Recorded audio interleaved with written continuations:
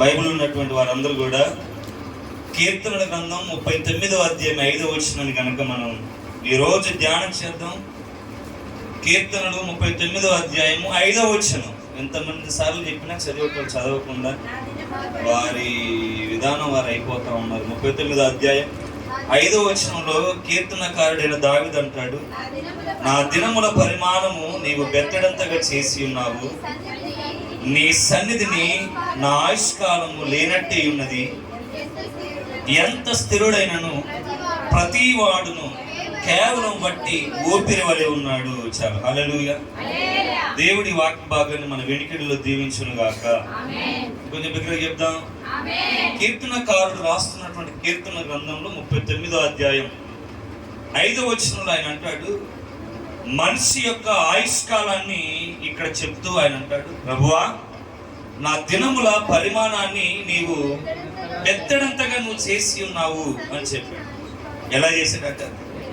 మనిషి యొక్క దినాలని దేవుడు ఎలా చేశాడంటే, నువ్వు బెత్తడంతగా చేసి ఉన్నావు, నీ సన్నిధిలో నా ఆయుష్కాలము ఉన్నట్టున్నది అన్నాడా, లేనట్టే ఉన్నది అని చెప్పి, ప్రభువా ఎంత స్థిరుడైనా ఎలా ఉన్నాడట, ప్రతి వాడు కూడా కేవలం వట్టి ఊపిరి వలె ఉన్నాడు అని భక్తుడు తన జీవిత దినాలను లెక్క పెట్టుకుంటూ, ఆ తర్వాత ఆయుష్కాలం ఎలా ఉందో చెప్తూ, ఆ తర్వాత మనిషి స్థితిని ఆయన వర్ణిస్తున్నాడు ఈ ఒక్క వచనంలో. హల్లెలూయా. మనిషి యొక్క దిన పరిమాణాన్ని బెత్తడితో పోల్చాడు. దేవుని యొక్క సన్నిధిలో ఆయుష్కాలము లేనట్టుగానే ఉంది అని చెప్పాడు. ఆ తర్వాత ఆయన అంటున్న మాట ఏంటంటే, ప్రభువా భూమి మీద బ్రతుకుతున్నటువంటి నరుడు ఎవరైనా కూడా అతని దినాలు వాడు ఎంత స్థిరుడైనా ఎలా ఉన్నాడట, కేవలం ప్రతి వాడు కూడా వట్టి ఊపిరి అని చెప్పాడు. ఈ రోజున వాక్య భాగం ఏంటంటే, ఏం పెట్టుకున్నాం, మనిషి జీవిత ప్రయాణంలో అస్థిరమైన వాటి మీద దృష్టి నిలపక స్థిరమైన వాటి మీదనే మనము దృష్టిని నిలపాలి. చాలా మందికి భూమి మీద ఏది స్థిరమైనదో ఏది అస్థిరమైనదో అర్థం కానటువంటి పరిస్థితులు. ఏది స్థిరమైనదో ఏది అస్థిరమైనదో అర్థం కావట్లే. అస్థిరమైన వాటి మీద మనసు నిలబెట్టి స్థిరమైన వాటిని వదిలేస్తా ఉన్నారు. కానీ ఈరోజు మనం చేయవలసిన పని ఏంటంటే, కీర్తనకారుడు అన్నాడు, ప్రభువా ఎంత స్థిరుడైనా, ఏమన్నాడు చెప్పాలి, ఎంత స్థిరుడైనా,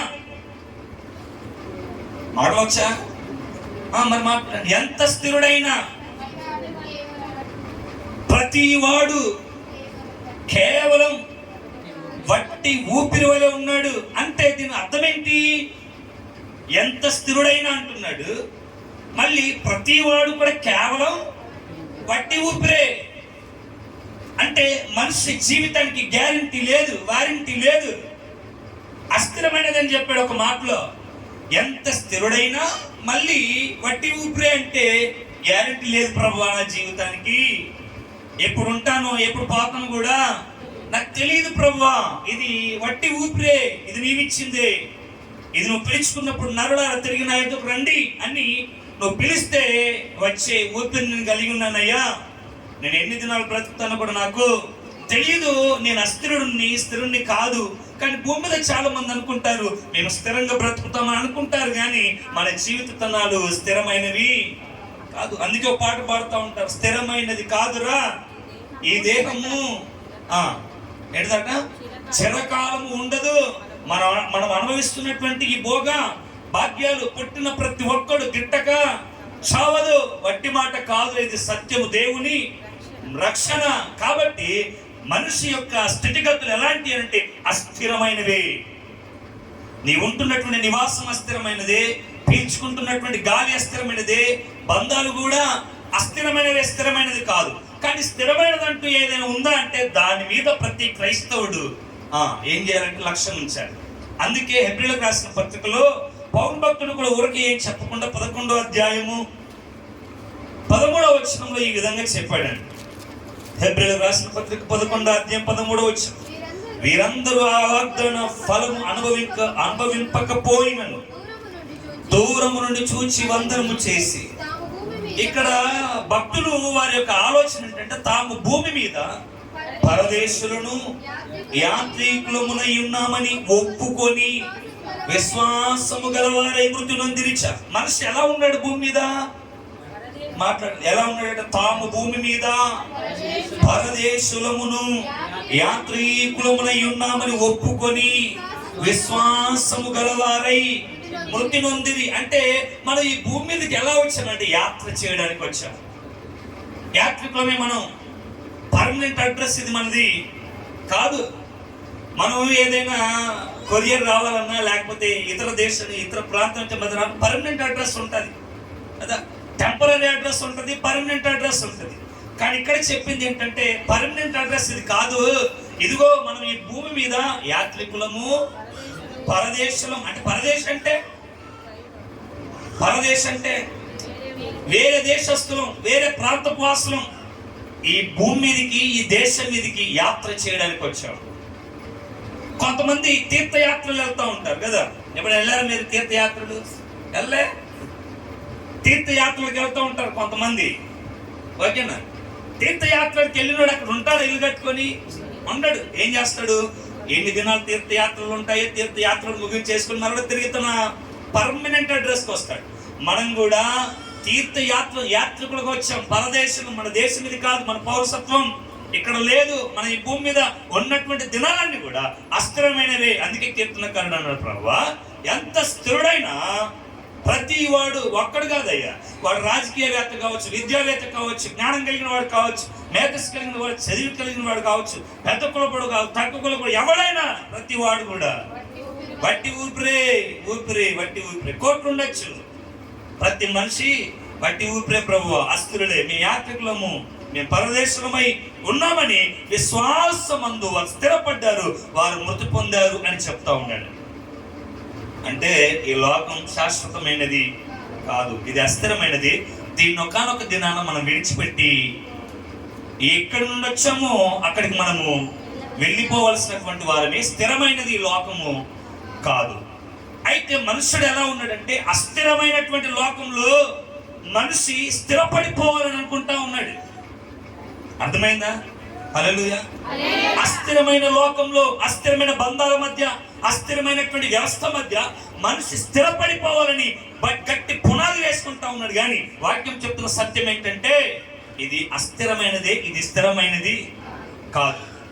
అస్థిరమైన లోకంలో స్థిరంగా మనం ఉండదగిన ప్రదేశం మీద మన గురి నిలపాలి అనేది ఈరోజు వాక్య భాగం. అదే ఎబ్రియలకు రాసిన పత్రిక ఒక్క అధ్యాయం యువతలకు వస్తే చదువుదాం. మీకు ఒక మాట. 10వ అధ్యాయం 34వ వచనం. ఏలగనగా మీరు ఖైదీలో ఉన్న వారిని కరుణించి మీకు మరి శ్రేష్టమైనదియు స్థిరమైనదియునైనా స్వాస్థ్యం ఉన్నదని ఎరిగి మీ ఆస్తి కోల్పోవుటకు సంతోషముగా ఒప్పుకుంటుంది. ఇక్కడ మనకు ఒక మాట ఉందండి ఈ వచనంలో. మీకు అనకంటే చదువుదాం ఒకసారి. మీకు మరి శ్రేష్టమైనదియు స్థిరమైనదియునైనా స్వాస్థ్యం ఉన్నదని ఎరిగి. చాలు. ఏముందట మనకోటి వెనుక నమ్మలు చెప్పాలమ్మా. ఏముందట మనకి? మీకు మరి శ్రేష్టమైనదియును స్థిరమైనదియునైనా స్వాస్థ్యం ఒకటి ఉందని ఎరగండి. ఎంతమంది ఎరిగినారు? ఎంతమంది తెలుసు? ఎరిగిన వాళ్ళ బిగ్గరగా చెప్పండి ఒకసారి. హల్లెలూయా. నీకొకటి నువ్వు ఎరగాలి, ఒకటి నువ్వు గ్రహించాలి, ఒకటి నువ్వు గమనించాలి. ఏంటి? నాకంటూ శ్రేష్టమైనది ఒకటి ఉంది, నాకంటూ స్థిరమైనది ఒక స్వాస్థ్యం ఉంది. అంటే దాని అర్థం ఏంటి?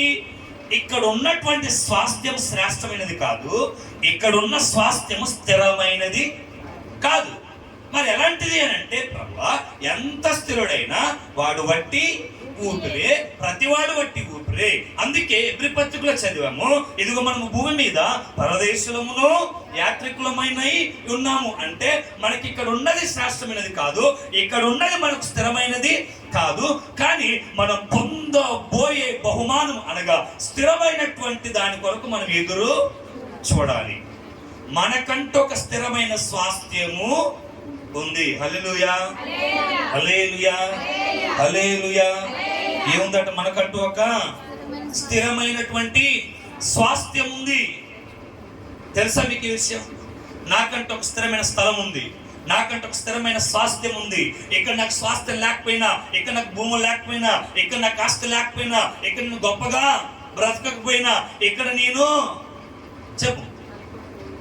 మంచిగా భోగభాగ్యాలు అనుభవించకపోయినా నాకంటూ ఒక స్వాస్థ్యం ఉంది అని చెప్పగలిగిన వాడి ఒక బీద లాజరు. అవునా కదా? బీద లాజరుకు భూమి మీద స్వాస్థ్యం ఏమైనా ఉందా? ఏమీ లేదు. వాడి స్థితి ఏంటి? ధనవంతుడి బల్ల మీద నుంచి పడే రొట్టె ముక్కలు తినేవాడు. అంటే స్వాస్థ్యం ఎక్కడుంది? తినడానికి ఆహారం ఏమీ లేదు, కానీ బ్రతికున్నప్పుడే ఒక స్థిరమైన స్వాస్థ్యాన్ని, శ్రేష్టమైన స్వాస్థ్యాన్ని ఏం చేశాడంటే సంపాదించుకొని చనిపోయాడు. మనం కూడా ఏం చేయాలో తెలుసా? అస్థిరమైన వాటి కోసం పరిగెత్తే కంటే స్థిరమైనది ఒక స్వాస్థ్యం ఉంది, శ్రేష్టమైనది ఒక స్వాస్థ్యం ఉంది. పొందబోయే ఆ లోకం కొరకు మనం ఏం చేయాలి అంటే, ఏం చేయాలట? చెప్పండి అమ్మా, ఏం చేయాలి? చెప్పాలి, ఏం చేయాలి? ప్రభు మాకు అద్దయ్యా, ఇక్కడ ఉంది చాలు, ఎక్కడుంది చాలు ప్రభు. అక్కడ ఆ స్వాస్థ్యం లేకపోయినా అంత ఏమి పర్లేదు నాయన, అక్కడ ఉన్నా లేకపోయినా పర్లేదు, కానీ ఇక్కడైతే మా కొరకు స్వాస్థ్యం అయితే ఉంది. పౌలు గారిని యేసు ప్రభుని చూపించి చాలా విషయాలు ఉన్నాయి. ఇదే వాటి భాగాన్ని కొన్ని వారాలు మనం ముందుకు తీసుకుని వెళ్దాం. ఏ విషయంలో మనం స్థిరం కలిగి ఉండాలో ఒక్కదాన్ని నేర్చుకొని మనం ముగించుకున్నాం. పౌలు గారు చేసినటువంటి గొప్ప పని ఏంటంటే, సంఘాన్ని ఆయన ఎలా హెచ్చరించాడో, ఎలా ఆయన బలపరుచుకున్నాడో అపోస్తలుల కార్య గ్రంథంలో 18వ అధ్యాయం 23వ వచనంలో తన సేవా పరిచర్యలో తండ్రి అయినటువంటి దేవుడు పరిశుద్ధాత్మ ద్వారా అప్పగించినటువంటి సంఘం విషయంలో ఆయన తీసుకున్నటువంటి జాగ్రత్తను ఆయన రాస్తాడు. అపోస్తలుల కార్యం 18వ అధ్యాయం 23వ వచనం, అక్కడ కొంతకాలం ఉండిన తరువాత బయలుదేరి వరుసగా గలతీయ ప్రాంతమందున ప్రక్రియ యందును సంచరించుచు శిష్యులందరినీ స్థిరపరచెను. అది మనము అండర్లైన్ చేసుకోవాలి. ఎక్కడెక్కడ నుంచి అంటే గలతీయ ప్రాంతమందున ప్రక్రియ యందున్న ఈ ప్రాంతముల యందు సంచరించుచు ఏం చేస్తున్నాడు పౌలు గారు అంటే శిష్యులను అందరినీ స్థిరపరిచాడు. హల్లెలూయా, హల్లెలూయా, హల్లెలూయా. ఏం చేశాడు పౌలు గారు? స్థిరపరిచాడు.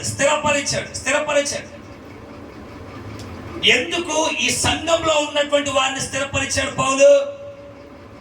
స్థిరపరచకుండా ఉంటే అయిపోయేదిగా, ఎందుకు స్థిరపరచవలసి వచ్చింది? సంఘంలో ఉన్నటువంటి వారినట పౌలు గారు ఆ శిష్యులందరినీ కూడా ఏం చేశారంటే స్థిరపరుచుకుంటూ వెళ్ళిపోయాడు. తన సేవ పరిచర్యలో తన వెనుకున్నటువంటి శిష్యులు ఉన్నారు కదా, తిమోతి కావచ్చు, ఇంక కొంతమంది శిష్యుల్ని ఏం చేసుకుంటున్నాడంటే ఆయన పరిచర్యలో, విశ్వాసంలో, భక్తిలో, లేకపోతే దేవుని సేవ విషయంలో అందరినీ స్థిరపరుస్తూ ఆయన ముందుకు వెళ్ళిపోయాడు. అంటే సంఘంని ఏం చేయాలి అంటే ముందు స్థిరపరచాలి. సంఘాన్ని, సంఘ బిడ్డల్ని ఏం చేయాలంటే మనము స్థిరపరచాలి. ఎక్కడ స్థిరపరచాలి? ఇగో ఇక్కడ నువ్వు భూమి కట్టుకో, ఇక్కడ భూమి కొనుక్కో, ఇక్కడ నువ్వు ఇల్లు కట్టుకో, ఇక్కడ నువ్వు పెళ్లి చేసుకో, ఇక ఇక్కడ నీ పిల్లల్ని గాను ఇక్కడ నువ్వు స్థిరపడిపో. ఆ స్థిరత్వం గురించి కాదు ఇక్కడ పౌలు గారు మాట్లాడింది. అలా స్థిరపడిపో అని చెప్పలేదు, అలా స్థిరపడిపో అని చెప్పాడు. మనం ఏం చేస్తాం? కన్నా బిడ్డలకు చెప్పి ఏం చేస్తాం? పెద్దోడా నువ్వు అక్కడ ఇల్లు కట్టుకో, నడిపోడా నువ్వు అక్కడ ఇల్లు కట్టుకో, చిన్నోడా నువ్వు అక్కడ ఇల్లు కట్టుకో, ఇంకోటి ఉంటారే నువ్వు అక్కడ ఇల్లు కట్టుకో. మీ ముసలం అయిపోయాం, ఆ స్థలాల మీద మీకు చూపించేసాం, ఆ ఎకరం నీది, ఈ ఎకరం నీది, ఈ ఎకరం నీది అంటే దీని అర్థం ఏంటి? ఎవరి దాడికి ఇచ్చేస్తా ఉన్నాం, ఇంకా మీరు మీ బ్రతుకు మీరు బ్రతకండి అంటే. ఇప్పుడు తల్లిదండ్రుల వాళ్ళ ఆలోచన ఏంటంటే మేము మా కడుపున పుట్టిన వారిని స్థిరపరిచాము, పౌలు గారు ఆత్మీయంగా ఉన్నాడు, బాహ్య సంబంధంగా లేడు కాబట్టి ఆయన వెనుక కొంత సమూహాన్ని తయారు చేసుకుంటున్నాడు, కాబట్టి పరిచర్యలు ఆయన వెనుక కొంతమంది శిష్యులను తయారు చేసుకుంటున్నాడు దేవుని రాజ్య వ్యాప్తి కొరకు. కాబట్టి ఇప్పుడు ఆయన అనుకున్నటువంటి శిష్యులందరినీ ఇప్పుడు పౌలు గారు ఏం చేస్తున్నాడంటే స్థిరపరుస్తున్నాడు అని చెప్పాడు. హల్లెలూయా. ఏం చేస్తున్నాడట? స్థిరపరుస్తున్నాడు. ఇది పౌలు గారే కాదు, యేసు ప్రభువు వారు కూడా చేశాడు. చదువుదాం ఒకసారి, తొందరగా చదువుదామా? లూకా సువార్త 22వ అధ్యాయం 31-32 వచనాలు. లూకా సువార్త 22వ అధ్యాయం 31-32 వచనాల్లో ప్రభు అయినటువంటి యేసుక్రీస్తు వారు పరిచర్య చేస్తున్న దినాల్లో సీమోను ఇదిగో సాతాను మిమ్మును పట్టి గోధుమల వలె జల్లించుటకు మిమ్మును కోరుకొనెను గాని నీ నమ్మిక తప్పిపోకుండానట్లు నేను నీ కొరకు వేడుకొంటిని. నీ మనస్సు తిరిగిన తర్వాత నీ సహోదరులను స్థిరపరచుమని చెప్పాను. అది అంటున్నాయి. యేసు ప్రభు వారు సీమోను పేతురుతో మాట్లాడుతున్న సంగతి ఇది. ఆయన కూడా పరిచర్య చేస్తున్న దినాల్లో ఆయనకు ఎంతమంది శిష్యులు ఉన్నారు చెప్పాలి అనుకున్న అక్కలు చెప్పండి అమ్మా. ఎంతమంది ఉన్నారు శిష్యులు? ఎంతమంది? 32. ఎంతమంది ఉన్నారు? 12 మంది శిష్యులు ఉన్నారు. 12 మంది శిష్యుల్లో ఒక శిష్యుని పేరు సీమోను పేతురు. హల్లెలూయా. చెప్పాలి ఏం పేరు ఆయన పేరు? చెప్పాలి, అందరూ చెప్పాలి. ఏం పేరు ఆయన పేరు? సీమోను పేతురు. మనకి ఎలా పేరుందో ఆయన కూడా పేరు సీమోను పేతురు. అక్కడ యేసు ప్రభు వారు అంటూ మాట్లాడుతున్న మాట ఏంటంటే సీమోను. చెప్పండి, మనం పిలిస్తే ఎలా పిలుస్తాం? అలా సీమోను ఇదిగో సాతాను మిమ్మును పట్టి గోధుమల వల్లే జల్లించుటకు మిమ్మును కోరుకొనెను అని చెప్పాడు. అంటే సాతాను ఏం చేయాలనుకున్నాడు? శిష్యులని గోధుమల వల్లే పట్టుకొని జల్లించేసి జీవితాలు చిందర వందరగా చేయాలి, పరిచర్య అంతా ఆగి చేయాలి అని ప్లాన్ చేశాడు. అది గురువుగా నేను ఎరిగి ఉన్నాను, నాకు తెలుసు. కాబట్టి ఇదిగో నేను సీమోను నీ కొరకు ప్రార్థన చేశాను.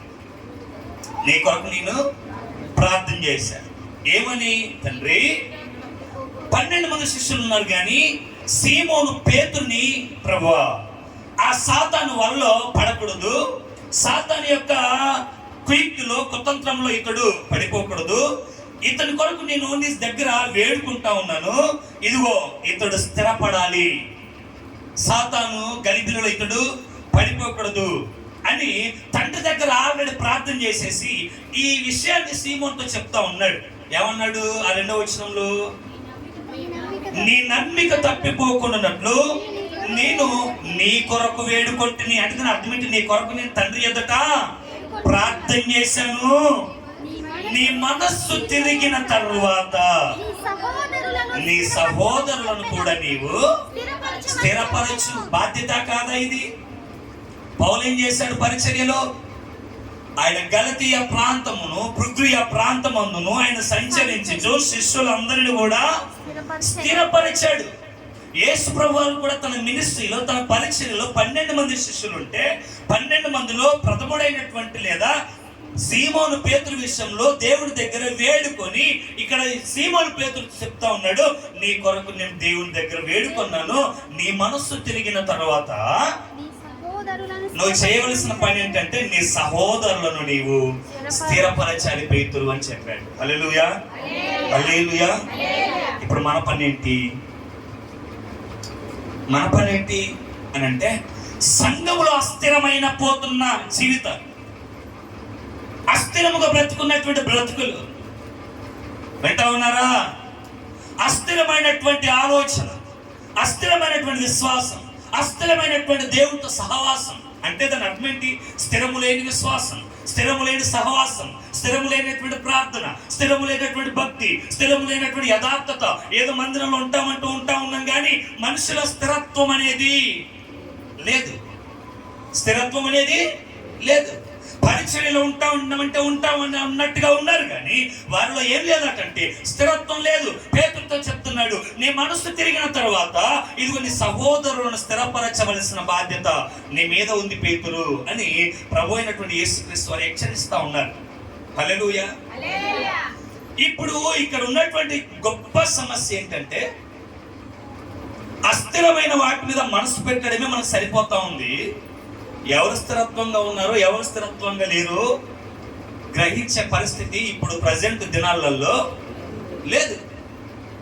అర్థమైందన్నమాట.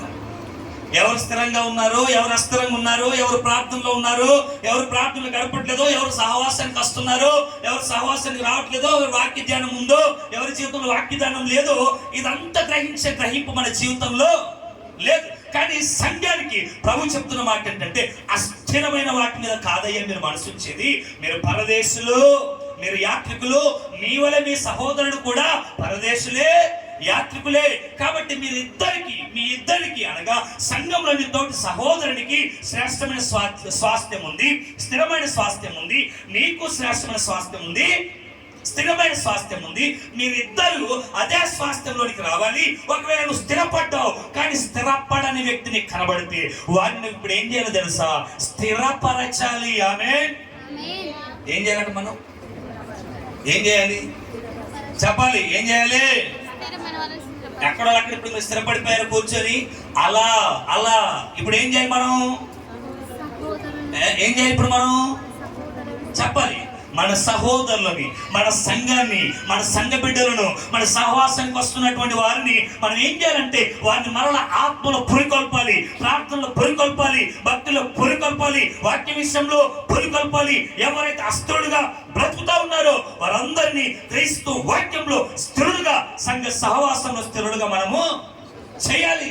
అదే యేసు ప్రభువారు పేతురుతో చెప్తున్నాడు, పేతురు నీ మనసు తిరిగి కలుసుకున్న తర్వాత నీవు నీ సహోదరులను స్థిరపరచుము. ఒక విషయాన్ని ఈరోజు మీ ముందు పెట్టి ముగించేస్తాను. ఏ విషయంలో మనం స్థిరంగా ఉండాలి? అస్థిరమైనటువంటి ఈ జీవిత ప్రయాణంలో, ఈ లోకంలో స్థిరమైన వాటి మీద దృష్టి పెట్టుకొని ప్రభు చెప్పాడు. కాబట్టి ఒక్కటి నేర్చుకొని వచ్చే వారం ఇంకొకటి నేర్చుకున్నాం. ఏ విషయంలో మనం స్థిరంగా ఉండాలి అంటే చదువుదాం ఒక మాట. యాకోబు రాసిన పత్రిక 5వ అధ్యాయము 8వ వచనం చదువుదామండి. యాకోబు రాసినటువంటి పత్రిక బైబిల్ గ్రంథం ఉన్న ప్రతి ఒక్కరు తీయాలి. యాకోబు రాసిన పత్రిక 5వ అధ్యాయం 8వ వచనాన్ని చదువుదామండి ఒకసారి. ప్రభువు రాక సమీపించుచున్నది గనుక మీరును ఓపిక కలిగి ఉండుడి, మీ హృదయములను స్థిరపరచుకొనుడి. చాలు. హల్లెలూయా. ఈ రోజు మన హృదయము స్థిరపరచబడును గాక. మరోసారి చెప్తాం, ఈ రోజు మన హృదయం స్థిరపరచబడును గాక. ఈ రోజు మన హృదయములు స్థిరపరచబడును గాక. ఎందుకు హృదయములను స్థిరపరచుకోవాలి అంటే అక్కడే చెప్పాడు. చదువు మళ్ళీ. అయ్యయ్యో ప్రభు రాక సమీపించుచున్నది కాబట్టి మీరు ఓపిక కలిగి ఉండండి, మీ హృదయాలని స్థిరపరచుకోనండి అని చెప్పాడు. ఓకేనా? ఏం చేయమన్నాడట? ఏం సమీపంగా ఉంది? ప్రభు రాక సమీపంగా ఉంది. ఇప్పుడు మీరు బస్సు ఎక్కారు భద్రాచలంలో. మనం ఎక్కడ దిగాలి? వాజాలో దిగాలి. మన దేవుడు ఇలా వస్తా ఉంది. ఇప్పుడు నువ్వేం చేస్తావు? వాజాడు సమీపిస్తున్నప్పుడు రాణిలే అని వెనకనే కూర్చుంటావా? ఏం చేస్తావు? ఊరు సమీపించే కొలది ఎగలేవాలా? వెనకున్నోడు అనుకో వెనక సీట్లో నుంచి వచ్చి మధ్య సీట్లో కూర్చుంటావు. జగన్నాపురం వరకు, జగన్నాపురం వచ్చి కాసారం వచ్చే వరకు ఏమో మధ్య సీట్లో నుంచి వెళ్ళి డ్రైవర్ దగ్గరికి వచ్చి కూర్చుంటావు. ఇంకా ఆ ఎంట్రన్స్ వచ్చింది అనుకో ఆ సీట్లో నుంచి వెళ్ళి లగేజ్ అంతా సర్దుకొని ఎక్కడ ఉంటావు? డ్రైవర్ దగ్గర మొఖాన్ని చూస్తూ ఊర మొఖం చూస్తూ ఉంటావు. అంటే ఇది మనకి ఏం తెలుపుతా ఉంది అంటే నా గమ్యం, నేను నివసించే ప్రాంతం వస్తుంది కాబట్టి నేనేం చేయాలి? నేను రెడీగా ఉండాలి కదా, నేను రెడీగా ఉండాలి అని మనం ఎలా సిద్ధపడతామో ఇక్కడ కూడా చెప్పాడు. ప్రభు రాక సమీపంగా ఉంది కాబట్టి మీరు ఓపిక కలిగి ఉండండి, మీ హృదయములను స్థిరపరచుకొనుడి. ఒక్క మాట ఆలోచిద్దాం. ఎందుకు ఓపిక? ప్రభు రాక సమీపంగా ఉందని చెప్పాడుగా. ఎందుకు ఓపిక కలిగి ఉండమన్నాడు? ఎందుకు హృదయాన్ని స్థిరపరచుకోమన్నాడు? ఎందుకు అనంటే ప్రకటన చదవద్దు, చదవద్దు అన్నందుకు. ప్రకటన గ్రంథంలో ఒక మాట ఉంటుంది, ఏంటిది? యేసు త్వరగా రమ్ము. సంఘం కూడా యేసు త్వరగా రమ్ము, ఇదిగో యేసు త్వరగా వచ్చుచున్నాడు. చదివేసేటి ఇప్పుడు మనశ్శాంతి ఉండదేమో కదా. ఆయన చదువుదాం, తీద్దాం ఒకసారి 22వ అధ్యాయం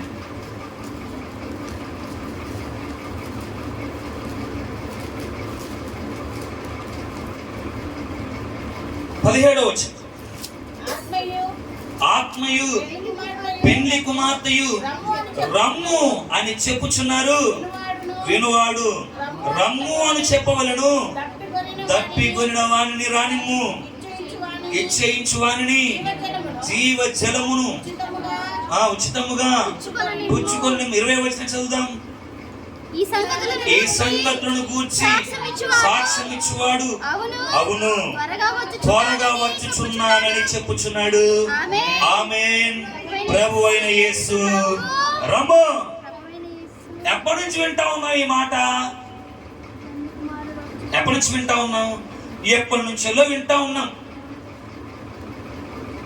మా మమ్మీ అదే మాట చెప్పింది, మా మమ్మీ అదే మాటింది. వాళ్ళ డాడీ పితరులందరూ కూడా నిద్రించుచున్నారు. అందుకే చెప్తాడు, సృష్టి యావత్తు అలానే ఉంది. ఎందుకంటే తెలుసా? దేవుని కుమారుల రాకడను గూర్చి చూసి సృష్టి యావత్తు సంతోషించాలని సృష్టి ఓపికతో ఆ కార్యం కొరకు సృష్టి ఎదురు చూస్తూ ఉందంట. అద్భుతంగా చెప్తాడు. అంటే దాని అర్థం ఏంటి? జగత్తు పునాది మొదలుకొని ఇప్పటి వరకు మనము ఏం చేస్తాం? యేసు ప్రభు భూమి మీదకి వచ్చి తిరిగిపోయిన తర్వాత ఆయన అన్నాడు, ఏ విధంగా నేను వెళ్తా ఉన్నాను ఆ విధంగా మరలా భూమి మీదకి వస్తానని. మొదటి శతాబ్దంలో యేసు ప్రభు వచ్చి చెప్పిన తర్వాత అప్పటి నుండి ఇప్పటి వరకు పౌలు చచ్చిపోయాడు, తర్వాత పేతురు చచ్చిపోయాడు, అందరూ చచ్చిపోతా ఉండి వస్తా ఉన్నది. ఇప్పుడు ఈ కాలంలో 2026లో ఉన్నాం. ఇప్పుడు కూడా మనం చెప్తా ఉన్నాం, యేసు వస్తా ఉన్నాడు, మారుమనసు పొందండి, బాప్తిసం తీసుకోండి, రక్షణ తీసుకోండి, యేసు వస్తా ఉన్నాడు, యేసు వస్తా ఉన్నాడు, యేసు వస్తా ఉన్నాడు. ఇదేగా మన ప్రకటన. వచ్చాడా? అందుకే యాకోబు ఏమన్నాడు? ప్రభు రాక సమీపంగా ఉంది కాబట్టి ఓపిక. ఎక్కడ వచ్చాడు? మా అయ్య అదే చెప్పాడు, రాలేదు. మా అమ్మ నాన్నలు అదే చెప్పారు, రాలేదు. ఇప్పుడు కూడా రాలేదు. నేను ఇంకొకరి కంటా ఉన్నాను, ఇంకా కూడా రాలేదు. అది అసలు ఆయన వస్తాడో రాడో కూడా తెలీదు. కానీ వాక్యం చెప్తుంది, ప్రభు రాక సమీపంగా దగ్గరగా ఉంది. ఓపిక కలిగి ఉండండి. ఓపికతో ఆయన రాజ్యం కొరకు ఎదురు చూడండి. ఒకవేళ ఓపికతో నువ్వు ఎదురు చూడకపోతే, ఒకవేళ మీ హృదయం గనక ఆ ప్రభు రాక కోసం ఇదిగో స్థిరపరచుకోనకపోతే ఏమవుతుందో తెలుసా? 10 మంది కన్యకులట, 5 దివిటీలు సిద్ధపరుచుకున్నారట. 10 మంది దివిటీలు సిద్ధపరుచుకున్నారు. 5 దివిటీలతో పాటు తమ సిద్ధంలో నూనె నింపుకున్నారట. 5 దివిటీలే పట్టుకున్నారు, కానీ సిద్ధుల్లో సరిపడ నూనె లేదు. పెళ్లి కుమారుడు వస్తానని ఒక స్వరమైతే ఉంది, కానీ ఇంకా పెళ్లి కుమారుని రాక ఆలస్యంగా ఉందని గ్రహించేసి వీళ్ళు ఏం చేస్తారంటే అందరు పడుకున్నారు. కానీ కావలి వాడు ఒక స్వరం వినబడుతుంది. ఏంటి? ఇదిగో పెళ్లి కుమారుడు వస్తున్నాడు అనే స్వరం వినగానే అందరూ లేచి తమ దివిటీలను చక్కపరుచుకుంటా ఉన్నారు. అప్పటి వరకు ఒకవేళ సిద్ధంలో అయిపోయిన నూనె ఉంటే మిగతా వాళ్ళు 5 సిద్ధంలో నూనెను పోసేసుకున్నారు. మిగతా 5 సిద్ధంలో ఏం లేదట, నూనె లేదు. వీళ్ళు అంటా ఉన్నారు, ఏమని? అమ్మా కొంచెం ఇది మీకు మాకు సరిపోదు, పెళ్లి కుమారు రానే వచ్చాడు. స్వరం విన్నారు. 5 విందులోనికి వెళ్ళిపోయారు. 5 నూనె కొనుక్కోవడానికి వెళ్ళిపోయాడు. దైవజనుడు జపని శాస్త్రి గారు అన్న మాట్లాడి తెలుసా? పెళ్లి కుమారుడు వస్తా ఉన్నాడు అని స్వరం వినబడతా ఉంటే అసలు కొట్టు అమ్ముకునేవాడు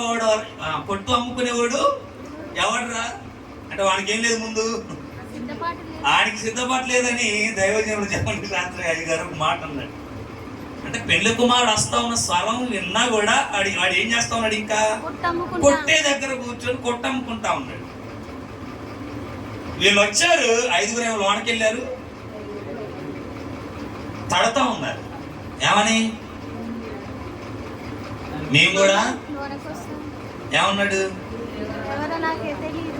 అయిపోయింది టైం. అయిపోయింది. మనం కూడా ఏం చేయాలి తెలుసా? ప్రభు రాక చెప్పాలి. ప్రభు రాక సమీపంగా ఉంది కాబట్టి ఏం కావాలి సంగమా? ఓపిక. ఓపికతో ఉండాలి. రెండోది, మీ హృదయములను స్థిరపరచుకోవాలండి. ఏం చేయాలంటే మనము హృదయాలను స్థిరపరచుకోవాలి. హృదయం స్థిరంగా లేదా? ఇక్కడ నీ హృదయం స్థిరంగా లేదా?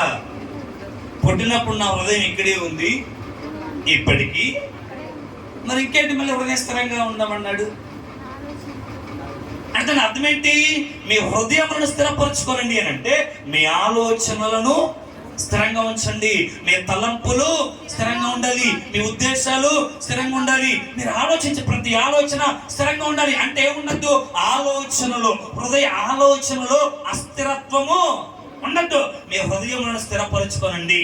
అందుకే అంటాడు కీర్తనకారుడు దావీదు. చదువుదాము 51వ కీర్తన 10వ చరణం. త్వరగా 51వ కీర్తన 10వ వచనం. దేవా నా యందు శుద్ధ హృదయము కలుగజేయుము, నా అంతరంగమున స్థిరమైన మనస్సు నూతనముగా పుట్టించు ప్రభువా. ఏ మనసు అట? ఏ మనసు అటక్క? వెనకక్క చెప్పక్క కోటాలమ్మ. ఏ మనసు అట? ఏ మనసు? స్థిరమైన మనస్సు. దేవా నా యందు శుద్ధ హృదయము కలుగజేయి ప్రభువా. నా అంతరంగములో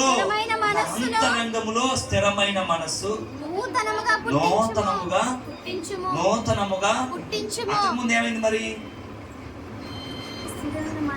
అంతకుముందు ఏమైంది అంటే దావీదు మనసు ఎక్కడో స్థిరత్వం కోల్పోయింది. ఎక్కడ కోల్పోయింది స్థిరత్వం అని అంటే బత్షెబా విషయంలో. ఆ తర్వాత కదా కీర్తన రాస్తా ఉన్నాడు ఆయన.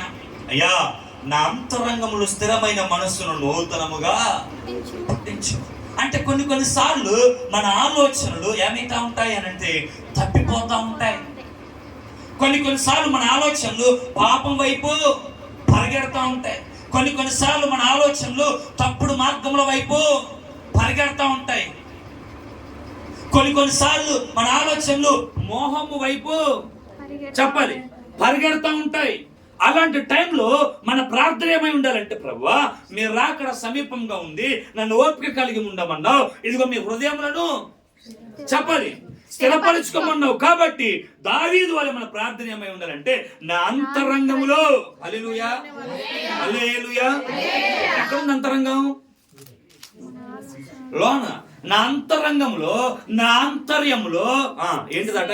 స్థిరమైన మనస్సుని నూతనముగా అంటే మరలా ఉన్న మనసు కాదు ప్రభువా, ఉన్న ఆలోచనలు కాదు ప్రభువా, ఉన్న తలంపులు కాదు ప్రభువా, నూతన మనసు కావాలి నాకు, నూతన స్థిరమైన మనసు కావాలి ప్రభువా. అది నా అంతరంగంలో నువ్వు పుట్టించయ్యా అని ఏం చేస్తా ఉన్నాడు? చెప్పాలి. ఏం చేస్తా ఉన్నాడు అంటే, ఒక మాటలో చెప్పాలి అంటే దావీదు తన హృదయాన్ని స్థిరపరుచుకుంటా ఉన్నాడు. హల్లెలూయా. దేని కొరకు స్థిరపరుచుకుంటా ఉన్నాడు అని అంటే, ఆయన కొరకు. ఎవరి కొరకు? ఇంతవరకు ఆ హృదయాన్ని తన కొరకు స్థిరపరుచుకున్నాడు, తనకు తగినట్టుగా మలుచుకున్నాడు. తనకు తగినట్టుగా తన హృదయాన్ని ఏం చేశాడు? ఎటువైపు అంటే ఆయన ఏం చేయాలనుకుంటే అది చేశాడు, ఎలా బ్రతకాలనుకుంటే అలా బ్రతికాడు, ఎలా జీవించాలనుకుంటే అలా జీవించాడు. ఇష్టం వచ్చినట్టుగా తన హృదయాన్ని తిప్పేసుకున్నాడు. ఇప్పుడేమంటున్నాడు అంటే, కాదు ఈ మనస్సు నా మనసు కాదు, నా ఆంతర్యంలో స్థిరమైన మనసును మరలా నూతనముగా నీ కొరకు. అందుకే అన్నాడు కదా పౌలు గారు, ఎవడైనా క్రీస్తునందున్న ఎడల వాడు నూతన సృష్టి, పాతవి గతించెను, ఇదిగో సమస్తమును అన్ని క్రొత్తమైపోయాయి. అంటే ఇప్పుడు మనం ఎవరు ఎందున్నాం? క్రీస్తులో ఉన్నాం. అంటే ఒకప్పుడు మనము వేరు, ఇప్పుడు క్రీస్తులో ఉన్నాం. అంటే మన హృదయం ఏమైపోవాలి అంటే, మన హృదయములను స్థిరపరచుకోవాలి. దేని కొరకు? ప్రభు రాకడ సమీపంగా ఉంది. అయ్యో ఆ శ్రేష్టమైన స్వాస్థ్యములో చెప్పండి, ఆ శ్రేష్టమైన స్వాస్థ్యం నాకు ఒకటి ఉంది, స్థిరమైన స్వాస్థ్యం నాకు ఒకటి ఉంది. ఆ శ్రేష్టమైన స్వాస్థ్యంలో, స్థిరమైన స్వాస్థ్యములో హల్లెలూయా నేను ఉండాలి అని అంటే, ఎక్కడ? స్థిరమైన స్వాస్థ్యంలో, ఆ శ్రేష్టమైన స్వాస్థ్యంలో నేను ఉండాలి అని అంటే, యాకోబు కూడా చెప్పాడు, ప్రభు రాక సమీపంగా ఉంది. అంటే ఇప్పుడు ఏం చేయాలి నేను అని అంటే, నా హృదయాన్ని చెప్పాలి, నా హృదయాన్ని స్థిరపరచుకోవాలి. అప్పుడప్పుడు ఏం చేస్తుందంటే, లోకంలో ఉన్నాం, లోకస్తుల మధ్య ఉన్నాం, లోక అలవాట్ల మధ్య ఉన్నాం కాబట్టి హృదయం కొన్ని విషయాలలో తప్పిపోతా ఉంటది, కొన్నిసార్లు పడిపోతా ఉంటది, కొన్నిసార్లు వాక్యానికి దేవునికి విరుద్ధంగా ఆలోచిస్తూ ఉంటది. అలాంటప్పుడు మన హృదయాన్ని ఏం చేసుకోవాలి అని అంటే స్థిరపరచుకోవాలి. అంటే దాని అర్థం ఏంటి? అటువైపు లాగకుండా దాన్ని ఏం చేయాలి? కంట్రోల్ చేయాలి, బంధించాలి కదా. దాన్ని మన ఆధీనంలో ఉంచుకోవాలి. అందుకే కీర్తనకారుడు అన్నాడు, ప్రభువా నా అంతరంగంలో స్థిరమైన మనసును నూతనంగా పుట్టించు. ఈ హృదయాల గురించి కనుక మనం ఆలోచన చేస్తే మనకు తెలుసు. ఆదికాండ గ్రంథాన్ని చదువుదాం, డైరెక్ట్ 6వ అధ్యాయంలో 5వ వచనాన్ని చదువుదాం ఒకసారి. ఈ హృదయపు స్థితిగతులు నాటికి నీటికి ఒకేలా ఉన్నాయా? ఎలా ఉన్నాయని కనుక మనం ఆలోచన చేస్తే, నరుల యొక్క చెడుతనము భూమి మీద, ఎక్కడ? భూమి మీద గొప్పదనియో వారి హృదయం యొక్క తలంపులలోని ఊహ అంతయు ఎల్లప్పుడు కేవలం చెడ్డదనియో యెహోవా చూచి తాను భూమి మీద నరులను చేసినందుకు యెహోవా సంతాపపడెను. అంటే యెహోవా ఏడ్చెను. దేనికోసం? అసలు ఆయన ఏమనుకున్నాడు? 6వ అధ్యాయం వచ్చినాక ఏమనుకున్నాడు ఆయన? చెప్పలే. ఏమనుకున్నాడు ఆయన? అయ్యో నేను అనవసరంగా ఈ నరులను భూమి మీద చేశానని మధులో ఏం చేశాడట? ఏడ్చాడు. కానీ 1వ అధ్యాయం ఏమన్నాడు? ఇదిగో రండి, మన పోలిక చొప్పున నరులను చేదుము, రండి మన పోలిక. అక్కడేమో నరులను తన పోలికలో చేసుకోవడానికి సంతోషపడినటువంటి దేవుడు 6వ అధ్యాయంకి వచ్చేసరికి ఏమంటున్నాడంటే, అయ్యో భూమి మీద ఈ నరజాతి నేను చేసినందుకు నేను ఏడుస్తున్నాను, సంతాపపడుతున్నాను అని ఏం చేస్తున్నాడంటే, ఆనాటి మనుషులను బట్టి అది మాట్లాడిన మాట కదా. ఇప్పుడు అదే భూమి మీద మనం ఉన్నాం కదా. ఒకవేళ దేవుడు మనల్ని చూసినప్పుడు, అయ్యో ఈ మనిషిని చేసినందుకు నేను అనవసరంగా కలగజేశానే, అనవసరంగా పుట్టించానే, అనవసరంగా ఆయుష్ను పొడిగిస్తున్నానే, అనవసరంగా ఉంచానే అని ఒకవేళ మనల్ని బట్టి ఆయన సంతాపపడితే ఎలా ఉంటది? అర్థమైంది నా మాట? హల్లెలూయా. దగ్గర చెప్దాం, హల్లెలూయా. యెహోవా ఆనాడు అది అప్లికేబుల్ అవుతుంది. అంటే ఆనాటి మనుషులకు అది సరిపోద్ది వచనం. అది ఇప్పుడు మనం ఆలోచన చేద్దాం. అదే భూమి మీద మనం ఉన్నాం, అదే దేవుడు పరమందు ఉన్నాడు. మన హృదయపు స్థితిగతులు కూడా దేవుని ఎదుట సరిగా లేకపోతే, మన హృదయ తలంపులు కూడా దేవుని ఎదుట సరిగా లేకపోతే, ఒకవేళ మనల్ని బట్టి లేదా నన్ను బట్టి, నిన్ను బట్టి, సంఘాన్ని బట్టి ఒకవేళ మన ఆలోచన లేకపోతే, ప్రభు ఇదే మాట చెప్తాడు. ఆయన ఇదే మాట అంటాడు. ఏమంటాడు? అయ్యో అనవసరంగా నేను పరమును విడిచి, దైవత్వాన్ని విడిచిపెట్టి, మహిమని కాదనుకొని, తండ్రి సింహాసనాన్ని కాదనుకొని, లోకంలో ఎంత 3.5 సంవత్సరాల వారి కొరకు ప్రయాసపడి నా యవ్వన కాలపు రక్తాన్ని మొత్తం రాణి మీద అప్పగించేసుకొని, వారి పాపం అంతటిని నా మీద నేను వేసేసుకున్నానే, నా తండ్రి చెయ్యిని కూడా నేను కాదనుకున్నానే, వారిని నేను పరిశుద్ధులుగా చేశాను కదా, అయినా కూడా వారు ఇంకా తమ పాపంలోనే ఉన్నారు అని బలియాగం చేసిన తండ్రి ఆలోచిస్తే, సేమ్ ఆయన కూడా మనల్ని బట్టి సంతాపం పొందుతాడు, హృదయంలో నొచ్చుకుంటాడు.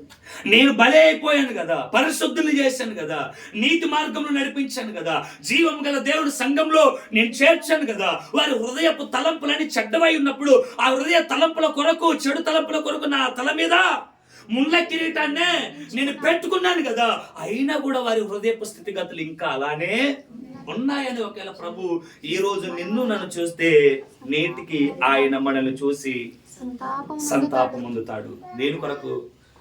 నేను ఎంత వీరి కొరకు చనిపోయినా, ఎంత బలియాగం చేసినా, ఎంత నేను ప్రాణాన్ని అప్పగించినా కూడా వీరి హృదయం ఇంకా అలానే ఉంది. ఎలా ఉంది మన హృదయ ఆలోచనలు? ఎలా ఉంది మన జీవిత స్థితిగతులు? ఎలా ఉన్నాయి? ఒకవేళ ఎలా ఉందో ఇప్పటికి మనం ఆలోచన చేసుకున్నాం. ఎలా ఉంది నా హృదయం ఆలోచన? ఎలా ఉంది? దేవుని వాక్యానికి విరుద్ధంగా, దేవునికి విరుద్ధంగా, దేవుని సన్నిధికి విరుద్ధంగా నేను బ్రతుకుతున్నాను, ఏమన్నా ఆలోచన చేస్తూ ఉన్నాను?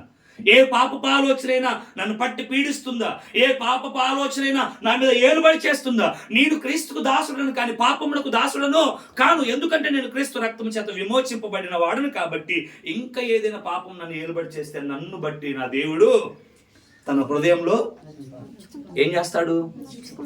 చెప్పలే ఈ మాట. ఏం చేస్తాడు? నొచ్చుకుంటాడు, బాధపడతాడు, ఏడుస్తాడు. అయ్యో ఈ మనిషిని ఇంకా నేను ఉంచినందుకు సంతాపపడుతున్నాను కదా. మీకు చిన్న ఎగ్జాంపుల్ చెప్తాను. ఒక తోటమాలి ఒక చెట్టు నాటాడట. ఆ చెట్టు ఎన్ని సంవత్సరాలు ఉందట మనకు తెలుసు. ఎన్ని సంవత్సరాలు ఉంది ఆ తోటలో తెలియదా? ఎవరన్నా వాక్యం అక్కడ వదిలిపెడతా ఉన్నారా? ఎన్ని సంవత్సరాలు ఉందట? 3 సంవత్సరాల నుంచి ఉందంట. యజమాని వచ్చాడు, తోట దగ్గరికి వచ్చాడు. ఆ తోటమాలితో అంటా ఉన్నాడు, అయ్యా ఈ చెట్టు ఎన్ని సంవత్సరాల నుంచి ఉంది? కాబట్టి ఈ చెట్టు వలన స్థలం ఎలా వ్యర్థమైపోవాలి, చెట్టును నరికించేసి దాని ప్లేస్ లో ఇంకొక చెట్టును రీప్లేస్ చేయి అని చెప్తే తోటమాలి అంటా ఉన్నాడు, అయ్యా ఈ సంవత్సరం మట్టు కూడా దీన్ని వండనివ్వు కదా.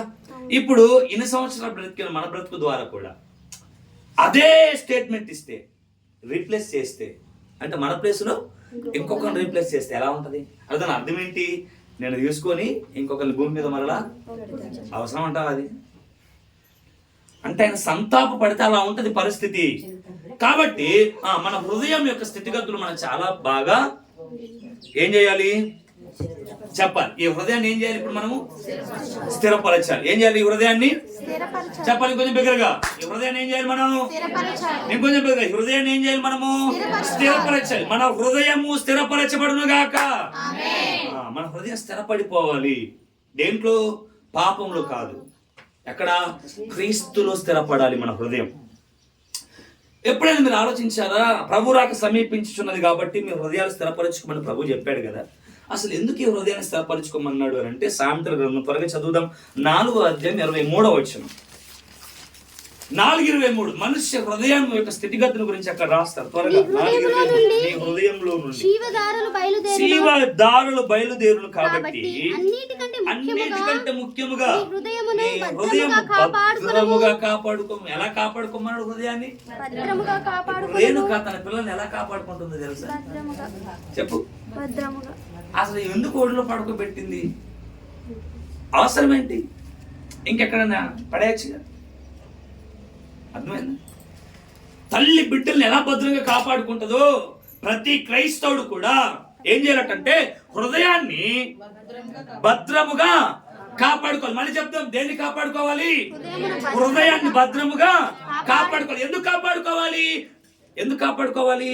అన్నిటికంటే ముఖ్యముగా నీ హృదయాన్ని ఎందుకు భద్రంగా కాపాడుకోవాలి అని అంటే నీ హృదయములో నుండి జీవధారలు ఎక్కడి నుండి? హృదయములో నుండి జీవధారలు బయలుదేరు. ఎక్కడి నుండి? నీ హృదయములో నుండి జీవధారలు బయలుదేరును. కాబట్టి అన్నిటికంటే ముఖ్యముగా నీ హృదయమును భద్రం చేసుకో. నీ హృదయాన్ని స్థిరపరచుకో, కాపాడుకో. అంటే హృదయం నుంచి ఏం రావాలి? ఇప్పుడు జీవధారలు రావాలి. జీవధారలు ఏం చేస్తాయి అని అంటే జీవం లేని మనిషిని జీవింపజేస్తాయి, బ్రతికిస్తాయి. అంటే ఇప్పుడు నీ హృదయం నుంచి ఏ దారులు వస్తున్నాయి అని అంటే చూద్దాం. ఇంకో మాట చదువుదాం తొందరగా. మార్క్స్ వార్త 7:21 తొందర చదువుదామా? మార్క్స్ వార్త 7:21 23 వరకు ఫాస్ట్ గా. లోపల నుండి అనగా మనుషుల హృదయంలో నుండి దురాలోచన, జారత్వములు, దొంగతనములను, నరహత్యలను, వ్యభిచారములను, లోభములను, చెడుతనమును, కృత్రిమమును, కామ వికారమును, మత్సరమును, దేవదూషణయు, అహంభావమును, అవివేకమును వచ్చును. ఈ మంచివన్నీయు అట్లుందేమన్నా ఈ చెడ్డవన్నీయే లోపల నుండియే అనగా అంతరంగములో నుండియే బయలు వెళ్ళి మనుషుని, పవిత్రమైన మనుషుని ఏం చేస్తా ఉన్నాయంటే ఏంటి? అసలు ఈ హృదయం నుంచి ఏం రావాలన్నాడు? జీవధారలు ఏమొస్తున్నాయి? ఏమొస్తా ఉన్నాయి? ఒకసారి మనకు మనం ఆలోచన చేసుకోవాలి. ఇంకా మన హృదయంలో నుంచి వెళ్ళి ఒక హృదయమే, హృదయం ఒకటే కదా. హృదయం ఎక్కడ లేదు, ఇక్కడే ఉంది. ఈ హృదయంలో నుంచి ప్రభు అనుకుంటా ఉన్నాడు, బిడ్డ నీ హృదయాన్ని భద్రంగా కాపాడుకో. ఎందుకు భద్రంగా కాపాడుకోవాలి అని అంటే, నీ హృదయంలో నుంచి నేను జీవధారలు బయలుదేరింప చేయాలనుకుంటున్నాను. నీ హృదయాన్ని కనుక భద్రముగా కాపాడుకోకపోతే ఏమొస్తాయనంటే దురాలోచన, దొంగతనము, నరహత్య, వ్యభిచారము, లోభము, చెడుతనము, కృత్రిమము, కామ వికారము, మత్సరము, దేవదూషణ, అహంభావము, అవివేకము, ఇవన్నీ ఎక్కడి నుంచి వస్తాయి? హృదయంలో నుండి, అనగా లోపటిలో నుండి వచ్చి మనుషుల్ని. అసలు దేవుని కాన్సెప్ట్ ఏంటంటే, నీ హృదయాన్ని నువ్వు స్థిరపరుచుకుంటే స్థిరపడిన హృదయంలో నుంచి వెళ్ళి జీవధారలు బయలుదేరుతాయి. అయితే నీ హృదయాన్ని కాపాడుకోకపోతే ఇవన్నీ నీలో నుంచి వస్తాయి. అందుకే మనం బూతులు మాట్లాడుతున్నాం, అంతేనా? బూతులు ఎందుకు మాట్లాడుతున్నావు? బూతులు జీవధార అని బూతులు ఎందుకు వస్తున్నాయి? ఎందుకు వస్తా ఉన్నాయి అంటే హృదయము ఏమైపోయిందనంటే అపవిత్రపరచబడిపోయింది. ఎందుకు తప్పుడు ఆలోచనలు, ఎందుకు దొంగతనం, ఎందుకు మత్సరం, ఎందుకు దేవదూషణ, ఎందుకు అహంభావం, ఇవన్నీ మనలో ఇన్స్టాల్ అయిపోయాయనంటే ఆల్రెడీ హృదయం స్థిరపరచబడలేదు అని అర్థం. అర్థమైందా? హృదయము స్థిరపరచబడలేదు. ఏమైంది? అది అస్థిరంగా ఉంది. అందుకే మనిషి లోకంలో విచ్చలవిడిగా తిరుగుతా ఉన్నాడు, ఎక్కడ పడితే ఎక్కడ తిరుగుతా ఉన్నాడు, ఏది పడితే అది చేసేస్తా ఉన్నాడు. కానీ వాక్యం చెప్తుంది ఏంటంటే నీ హృదయాన్ని స్థిరంగా కాపాడుకో. మన హృదయాన్ని స్థిరంగా కాపాడుకుందుము గాక. మన హృదయం నుంచి జీవజలధారులు బయలుదేరును గాక. మన హృదయం నుంచి ప్రతి అపవిత్రమైనది ఏది కూడా రాకుండా దేవుడు కాపుదల ఉండును గాక. ఎందుకు అనంటే ప్రభువు రాక హృదయములు స్థిరపరుచుకో, లేకపోతే రాకడలు ఎత్తబడలేవు. అంటే రాకడలు ఎత్తబడాలి అంటే హృదయాన్ని మనం ఏం చేసుకోవాలి? ఇంకో 2 మాటలు చదివి ముగించేసుకుందాం. లూకాసు వార్త 6:45 చదువుదాం, తొందరగా చదువుదాం ఒకసారి. సజ్జనుడు తన హృదయమును మంచి ధన నిధిలో నుండి సద్విషయములను బయటికి తెచ్చును. దుర్జనుడు చెడ్డ ధన నిధిలో నుండి దుర్విషయములను బయటకు తెచ్చును. హృదయం నిండి ఉంది దాన్ని బట్టి. అసలు ఈ మాట అవసరం లేదు కాబట్టి, కానీ 2 విషయాలు చెప్పాడు. ఒకటి సజ్జనుడు, ఒకడు సజ్జనుడు అంటే మంచివాడు, దుర్జనుడు అని అంటే చెడ్డవాడు. సజ్జనుడు ఎలా ఉంటాడు అని అంటే అక్కడ చెప్పాడు, తన హృదయమును మంచి ధననిధిలో నుండి అంటే మంచి విషయాలు బయటకు వస్తాయి. అంటే ఇప్పుడు హృదయం దేనితో పోల్చాడు తెలుసా? ధననిధితో పోల్చాడు. అవునా? హృదయమును మంచి ధననిధిలో నుండి సద్విషయములను బయటికి తీస్తాడు. ఎలానో తెలుసా? రూతు పరిగెరుకుంటా, నాకే చూడండి నీకు అయిపోయింది గ్రంథ పరిశీలన. రూతు పరిగెరుకుంటా ఉంటే రూతుని చూసి బోయాజ్ అంటున్నాడు. ఏమని? సరే రూతు పక్కన పెట్టు. బోయాజు పొలంలోనికి రాగానే పనివారిని చూసి అంటాడు, యెహోవా మిమ్మల్ని దీవించునుగాక, ఆశీర్వదించునుగాక అంటే పనివారు కూడా మెల్లగా వెంబడి ఏమంటారు? ఏమంటారు? అయ్యా మేము కూడా చెప్తున్న మాట ఏంటంటే ఇదిగో మీరు కూడా యెహోవా చేత దీవెన. ఎందుకన్నారు ఈ మాట అంటే వారి హృదయం ఎలా ఉంది అని అంటే మంచి విషయములతో నింపబడి ఉంది. వారు దీవించబడాలి, వారు ఆశీర్వదించబడాలి, వారి ప్రార్థన లేదు కానీ ఇది మంచి విషయాలు. అంటే మన హృదయం నుంచి వెళ్ళి మంచి విషయాలు రావాలి. నువ్వు దుర్జనుడు అయినావు అనుకో, అది కూడా చెప్పాడు. చెడ్డ ధననిధి, మంచి ధననిధి ఉంది. మంచి ధన నిధిలో నుంచి వెళ్ళి మంచి విషయాలు వస్తాయి. చెడ్డ ధన నిధిలో నుండి దుర్విషయములు బయటికి వస్తాయి. ఇప్పుడు నీ ధననిధి మంచిదా చెడ్డదా? ఎలాంటిది మన ధననిధి? మంచిదేనా? ఎలాంటిది మన ధననిధి? ఇది మంచి ధననిధి అయితే మంచి విషయాలు వస్తాయి. చెడ్డ ధననిధి అయితే ఇప్పుడు ఇంత వాక్యం ఉన్నా మళ్ళీ పోయి ఎట్లా బతుకుదామో అట్లానే బతుకుదాం. ఇంకా మనకు వాక్యం ఇక్కడతోనే అంతే. మనం తలుపేసుకున్నామంటే మళ్ళీ ఇంటికి పోయినామంటే మళ్ళీ ఇది దుర్జనుని స్థితి. మందిరంలో ఉన్నంత వరకే సజ్జనుడిగా బ్రతుకుతానయ్యా. ఇంకా మందిరం నుంచి వెళ్ళి బయటికి వెళ్ళిపోయి మరి ఇంకా శనివారం సేపు ఇంకా నా జీవితము అన్నట్టు కనుక మనం బ్రతికినాం అనుకో, అంటే మన ధన నిధుల నుండి ఏమొస్తాయి? నీ ధననిధి ఎలాంటిది? అది మంచిదా చెడ్డదా? నీ ధననిధి మంచిదైతే మంచి విషయాలు వస్తాయి. నీ ధననిధి చెడ్డదైతే నీ ధననిధి చెడ్డదైతే చెడ్డవి వస్తాయి. అందుకే ఎటువంటి హృదయాలను స్థిరపరచాలి అని అంటే హెబ్రీయులకు రాసిన పత్రిక చదువుదాం. 4వ అధ్యాయము 12వ వచనం తొందరగా.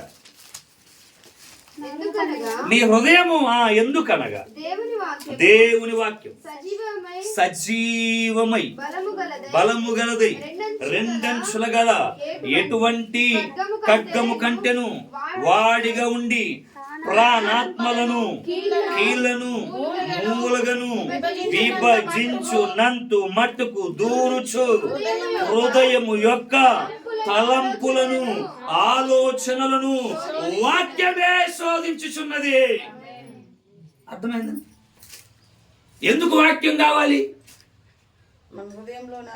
వాక్యం ఎందుకు అవసరం సంఘానికి? ప్రతి వారం దైవజనుడు వాక్యం ఎందుకు చెప్పాలి, ఎందుకు వినాలి అని అంటే హృదయం స్థిరపరచబడాలి. హృదయం దేనిలో స్థిరపరచబడాలి అని అంటే మంచిగా స్థిరపరచబడాలి, చెడ్డగా స్థిరపరచకూడదు. ఎందుకు నా హృదయం స్థిరపరచుకోవాలంటే ప్రభు రాక సమీపముగా ఉంది కాబట్టి నా హృదయాన్ని నేను స్థిరపరచుకోవాలి. ఒకవేళ హృదయాన్ని స్థిరపరిచేది ఏదైనా ఈ భూమి మీద ఉందా అంటే, హృదయాన్ని స్థిరపరిచేది భూమి మీద ఏదైనా ఉందా? హృదయాన్ని బాగు చేసేది ఏదైనా ఉందా? హృదయాన్ని మరలా ఇదిగో త్రోవ తప్పిన హృదయాన్ని మరలా త్రోవలోనికి తెచ్చేది ఈ భూమి మీద ఉందా అంటే, ఇదిగో కేవలం అది దేవుని వాక్యమునకు మాత్రమే ఆ శక్తి ఉంది. అందుకే చెప్తున్నాడు ఏమని? ఎందుకనగా దేవుని వాక్యము సజీవమైనది. అది ఎలాంటిది? అది అది సజీవమైనది. రెండోది అది బలమైనది.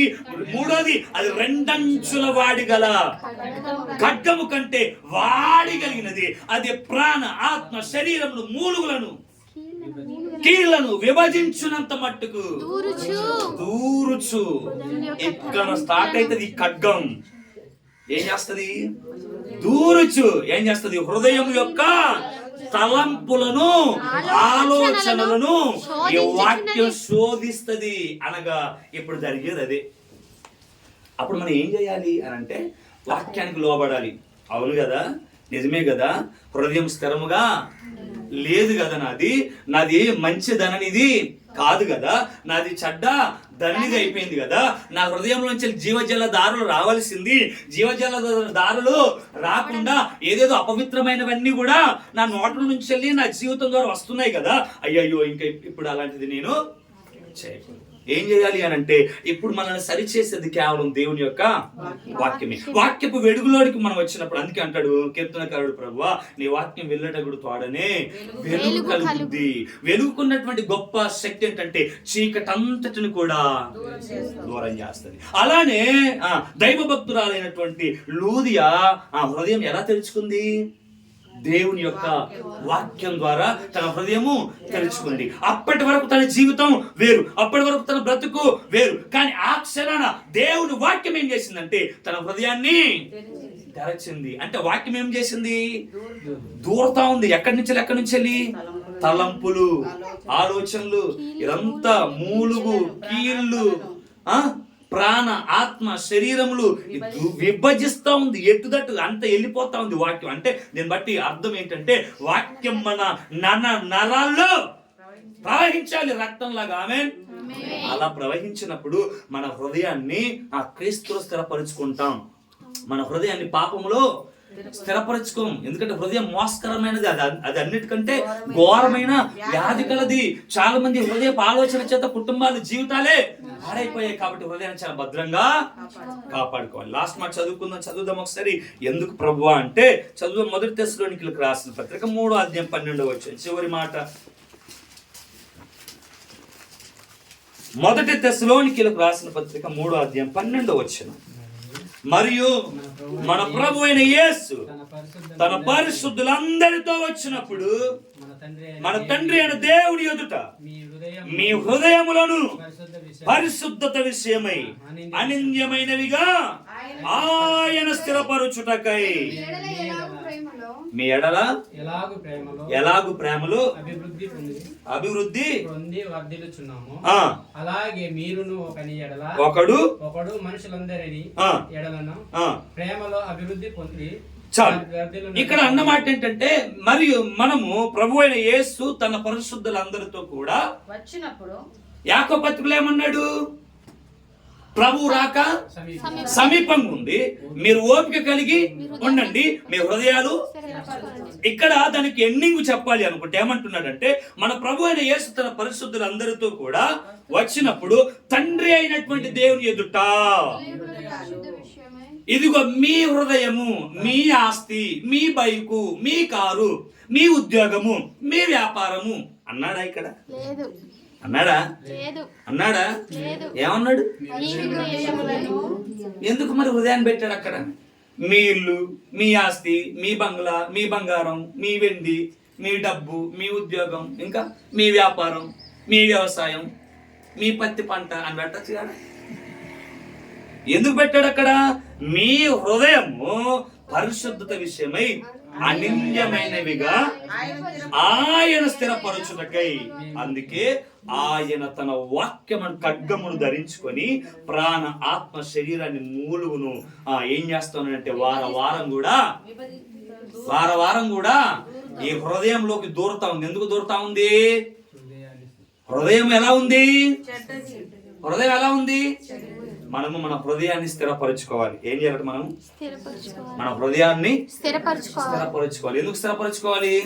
ప్రభు రాక సమీపంగా ఉంది. 2 చెప్పాను. మన హృదయమును అసలు దేవుడు మనల్ని చేసినందుకు ఎందుకు విని పుట్టించిన రాని బాధ దేవునికి రాకూడదు. మన హృదయం నుంచి జీవధారలు బయటకు రావాలి, కానీ అపవిత్రమైన దూషణ మాటలు ఏది కూడా మన హృదయం నుంచి వెళ్ళి రాకూడదు. మనల్ని అపవిత్రపరిచే ఏ ఆలోచన కూడా మన హృదయంలో అసలు రాకూడదు. ఎందుకు అని అంటే వాక్యం చెప్తుంది ప్రభు రాక సమీపంగా ఉంది. అంటే ఇప్పుడు మనము ఏం చేయాలి? నెంబర్ 1 అంటే మన హృదయాన్ని అస్థిరమైన ఈ జీవిత ప్రయాణంలో హృదయమును స్థిరపరుచుకునే క్రైస్తవులముగా మనము ఉండాలి. ఏ కొద్ది మాటలు ప్రభు మన వెనుకడులో దీవించునుగాక. ఆమేన్.